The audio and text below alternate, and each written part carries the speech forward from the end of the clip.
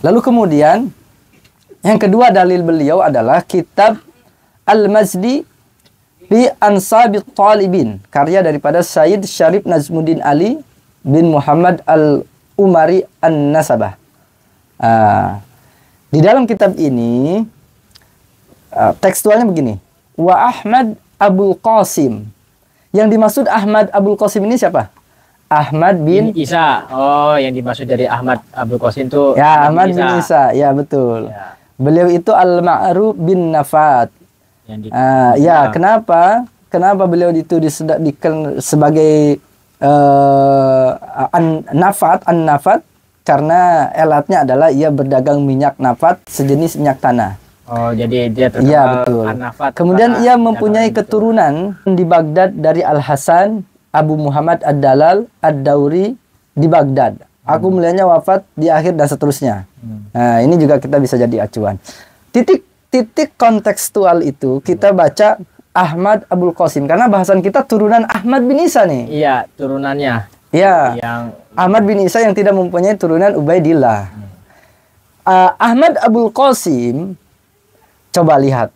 Secara ilmu gramatika nahu di dalam Alfiyah juga dikatakan bahwa wasman ata wa kunyatan walakoban wa akhiran dain siwahu sohiba. Artinya nama itu ada 3. Ada nama asal, nama kunyah, nama lakob. Oke, beliau lakobnya An-Nafat tadi. An-Nafat. Lalu kemudian beliau nama aslinya Ahmad. Lalu nama kunyahnya Abul Qasim. Seperti Rasulullah mempunyai putra Qasim tuh. Ya. Maka Rasulullah dipanggil Abul Qasim.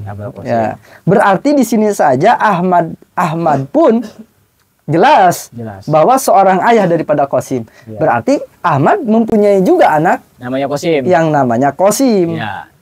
Bisa dipahami tuh. Kita bisa berarti dari sini kita bisa mendapatkan 2 putra dari Ahmad bin Isa nih.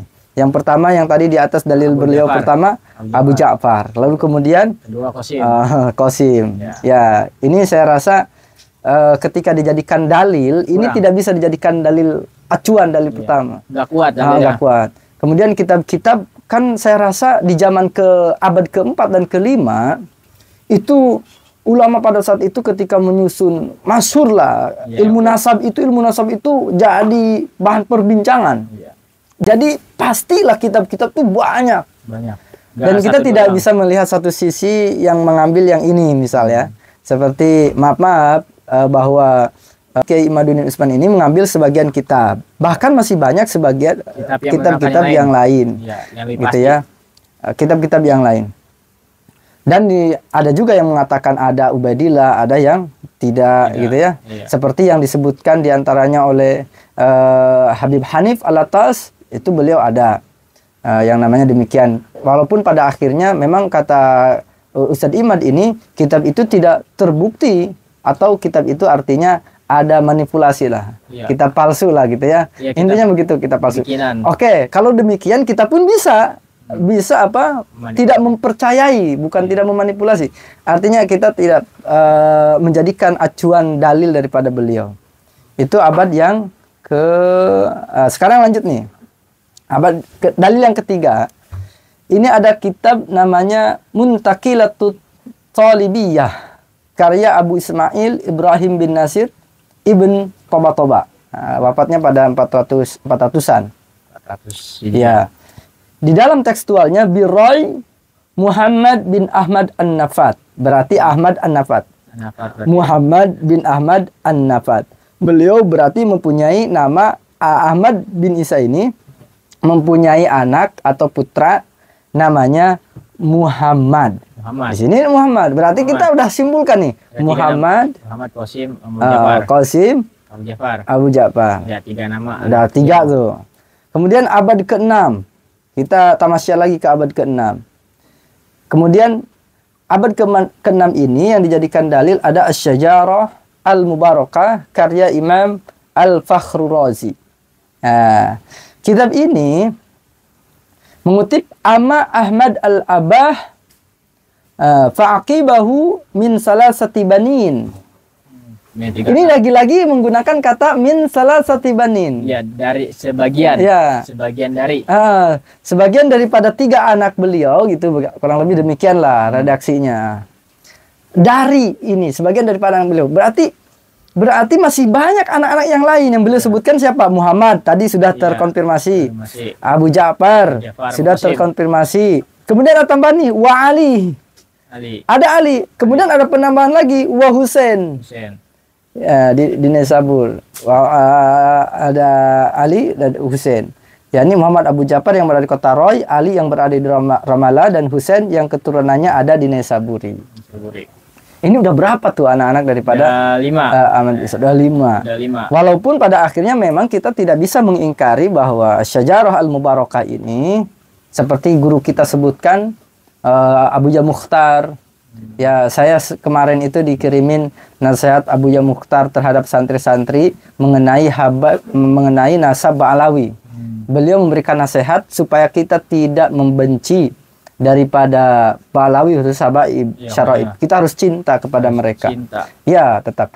Lalu kemudian beliau juga menyebutkan dalam narasinya bahwa kitab Syajarah Al-Mubarakah, kata Abu Ya Mukhtar, ini kitab masih diperdebatkan. Apakah kitab itu betul-betul karya daripada Al-Imam Ar-Razi, yang memang karya Imam Ar-Razi ini ratusan pada saat itu, banyak pada saat itu.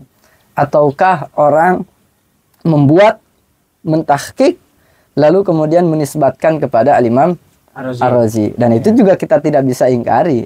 Berarti dari sini kita sudah tahu bahwa keobjektivitasan yang sesuai dengan fakta dan data daripada dalil karya tulis, dalil yang terdapat pada karya tulis Kiai Imaduddin Utsman ini belum bisa kita jadikan acuan dalil yang objektif. Belum kita bisa jadikan patokan gitu maksudnya. Sedangkan kalau kita kuliah, ya kebetulan saya juga kuliah, saya mahasiswa, bahwa ketika kita membuat disertasi, ketika kita membuat tesis, ketika kita membuat skripsi, itu harus berdasarkan data dan fakta, lalu harus objektif gitu. Ya, harus observasi dulu tuh, turun langsung ke ininya. Gitu bahasanya. Ya, artinya harus betul-betul, metodenya harus betul-betul yang objektif. Makanya kan penyusunan disertasi, skripsi atau tesis itu ada menggunakan metode. Kalau di universitas-universitas itu, apakah metodenya mau kualitatif ataukah metodenya mau kuantitatif? Kalau memang metode kuantitatif, berarti kita dalam menyimpulkan sebuah data melalui penelitian ilmiah kita harus membuat hipotesis. Ya, dari hipotesis itu nanti kita harus mengambil sampel. Kayak Ustadz Imad ini kan kurang lebih secara kuantitas nih. Kuantitasnya doang. Iya betul, secara kuantitas yang ambil metode penelitiannya. Selain daripada penjelasan nasab di sebelumnya beliau jelaskan. Berarti ini tidak bisa acuannya kepada sebagian kitab. Ya minimal berapa persen gitu. Minimal berapa persen daripada kitab-kitab di zaman itu beliau betul-betul meneliti. Ya, zaman dulu kan susah gitu bahasa. Ya zaman dulu di mana ada percetakan kan gitu ya. Buat nulis aja kudu di atas. Nah, gitu ya bahasanya begitulah. Jadi ini sampelnya ini saya rasa kurang mumpuni, kurang mencukupi di sampel. Kemudian dari data tekstual tadi pun juga masih kurang kalau kata saya untuk bisa dibuktikan secara ilmiah kebenarannya. Lalu kemudian setelah seseorang itu ketika sudah mensampling, maka dia baru nanti akan membuat statistik. Iya betul. Ya, membuat statistik harus ada perbandingan. Sedangkan adakah di sini perbandingan? Tidak ada. Beliau itu opini, argumentasi.